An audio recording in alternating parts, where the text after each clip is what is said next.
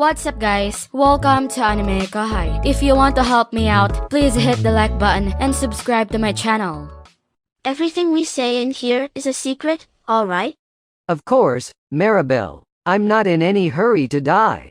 Smart decision. Now, Johan, I want you to send a letter to Rimuru, leader of Tempest, for me. I'll write it out for you right now, so make sure it reaches him before the next council meeting, please. Without waiting for a response, Maribel began writing the letter. The sight of her scribbling away on the fancy, expensive paper struck terror in Johan's heart. It was the kind of terror you'd feel if a girl like Maribel, hardly even 10, treated bossing people around like it was her God-given right.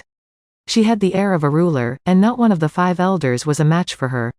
All right, Maribel, you can leave that to me. He left the room quietly with Yuki, not wanting to bother her. Even after Yuki and Johan left, Maribel continued to weigh her options. She had all the time in the world. She would draw up plans, lay out the framework, and see this through. She had more than enough pawns at her disposal.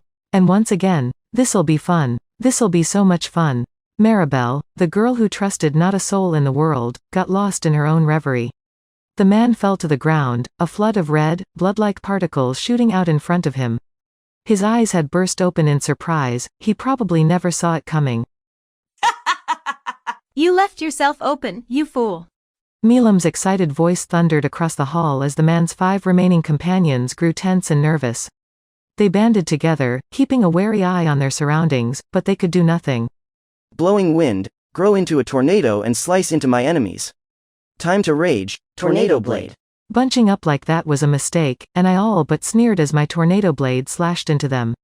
This was kind of a ranged version of Windcutter, one that cost a lot of magicules but caused slashing damage to multiple enemies within a given space.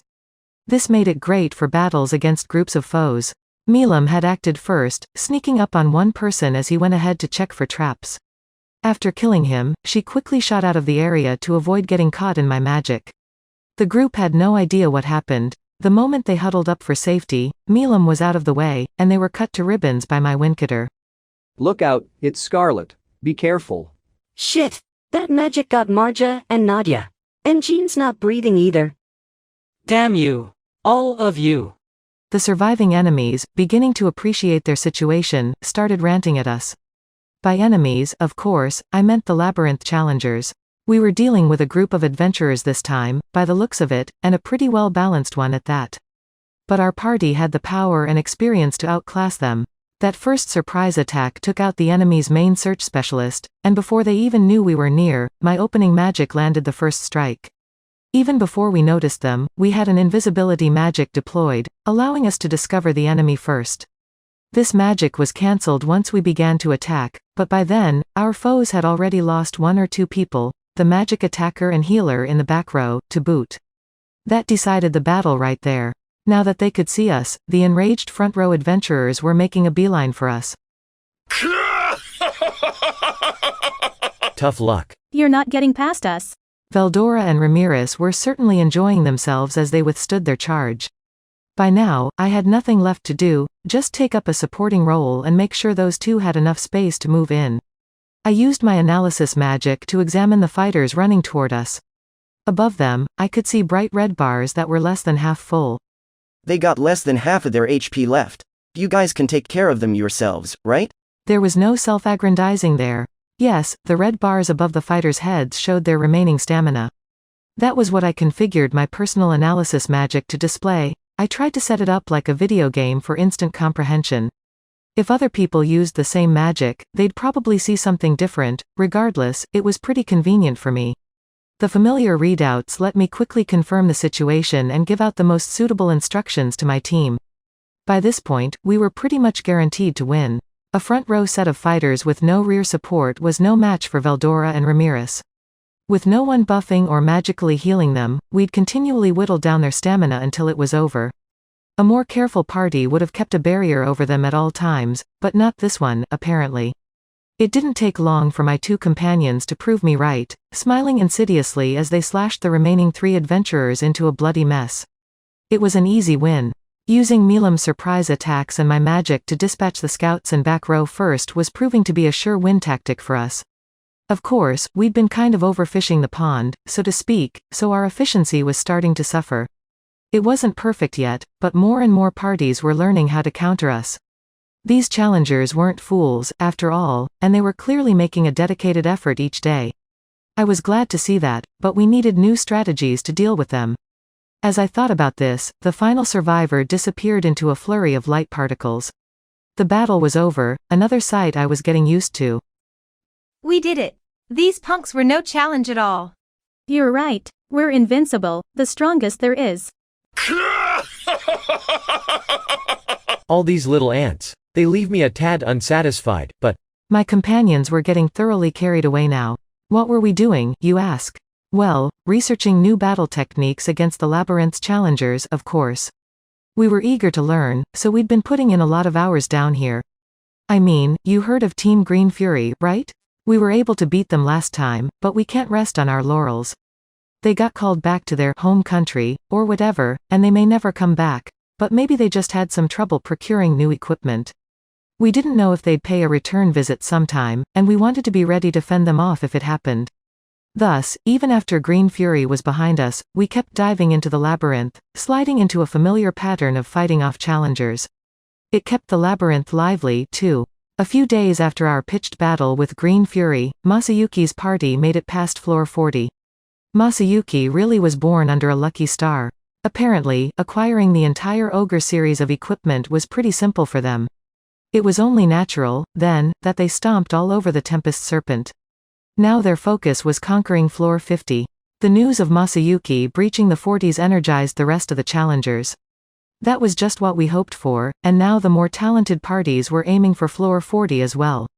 Our experiments with releasing some videos of the boss battle gave us a huge response, too.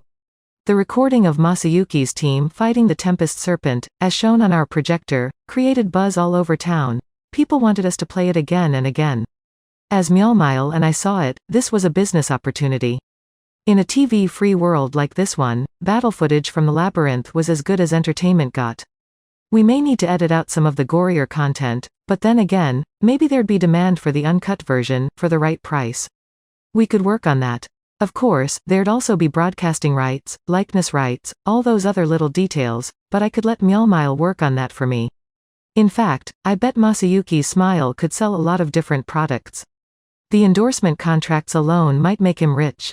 He'd be happy, Mjolmile would be happy, we'd all be happy. It'd be a trial and error process, but I'd like to see how that worked out. And video content wasn't restricted to the footage recorded by magical items. In fact, we had a lot more saved up. Raphael was reading a massive amount of data from the Labyrinth, and running analyze and assess on it made it possible to replay entire fights in visual form. We used that, for example, to create highlight reels for challengers, and this, too, was a huge hit when we broadcast it. It really riled up the more attention-hungry of the challengers. One of them reportedly claimed his video footage helped him find a girlfriend. Even people who didn't really take the dungeon seriously were starting to get into it, thanks to our shows. And I understood it. Maybe it was a little self-serving, but if it whipped up enthusiasm, then great. But it was our job to give them a dose of reality, too. Tough love was in order here, we couldn't let them get soft, and so we continued to hop inside our avatars and torment the challengers. Nowadays, people were calling us the Dungeon Dominators, fearing and respecting us.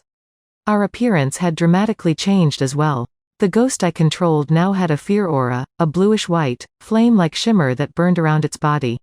I liked it, it really added to the atmosphere. Veldora's skeleton, meanwhile, had all of its bones refurbished. After seeing Ramirez change her armor out, he started whining about his own upgrades. a golden skull would suit me well, he said when I asked. Eesh. I thought about ignoring him, but considering my project for Diablo, I figured Veldora may as well join my experimentation with temporary bodies. I could, for example, replace his skeleton with a framework made of whatever metal I wanted to test out. Pure gold has durability issues, so I decided to go with the strongest material I had, although it was still in the experimental stage. It happened to be golden in color, too, so it worked well. This material is known as Aurichalk, a special alloy made by adding gold to magisteel and refining it with a denser dose of magicules than usual. Focusing on the everlasting element of gold and other precious metals, I was hoping to add that element to magisteel as well. The results were a grand success. This Orichalk was better than Magisteel in all aspects, not just strength. It was crazy. The only problem was that I couldn't produce much of it. Gold itself is both rare and unavailable for mass production, but hey, Veldora asked nicely, so I prepared an Orichalk skeleton for him. Just like with Ramirez, the bones could be made of anything as long as he hung on to his master core. The conversion was a total snap, and now he was a gold-colored skeleton fighter. The durability far outclassed his original bones. It was excellent, almost needlessly so. As he moved around in it, I kept a careful watch, seeing how much punishment it could take and whether any problems cropped up. Milam, meanwhile, was now a celebrity, a terrorizing sight that people had named Scarlet. Her unbelievable speed made her look like a crimson shooting star, they said. Her battle style, abandoning everything except speed and relying on quickness and critical hits, had made her a legend, once spoken of in hushed, fearful tones. Even Ramirez had changed a little. Like the proactive fighter she was, she had taken on a more eerie presence, a purple death aura shimmering around her heavy living knight's frame. One swing of her death axe overwhelmed her foes, and her unrelenting battle style made her well known as a suit of armor who fought like a berserker. That knight might even be stronger than the real Ramirez. Actually, I take that back. Wouldn't want to damage her reputation.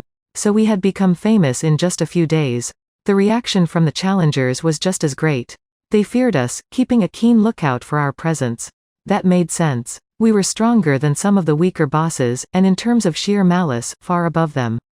As I mentioned, our main goal was to research fighting techniques in the Labyrinth. This wasn't playtime for us, I can't emphasize this enough. Day in and day out, we gave our all to the research, and I was sure this persistent effort would come in handy for us someday. And it did. Challengers would occasionally use rare extra skills against us, or even original magics that I presume they invented themselves. That's it for this video, guys. Thank you for always watching my videos and supporting my channel. Shoutout to IceB, Night Gazer, Psycho Cat, Fennec Foxy, Rahul Subramanian, Rambaru, JB, Gina Esteoco, Squad 360, and last but not least, shoutout to Christopher Calhoun. I'll see you guys in the next video.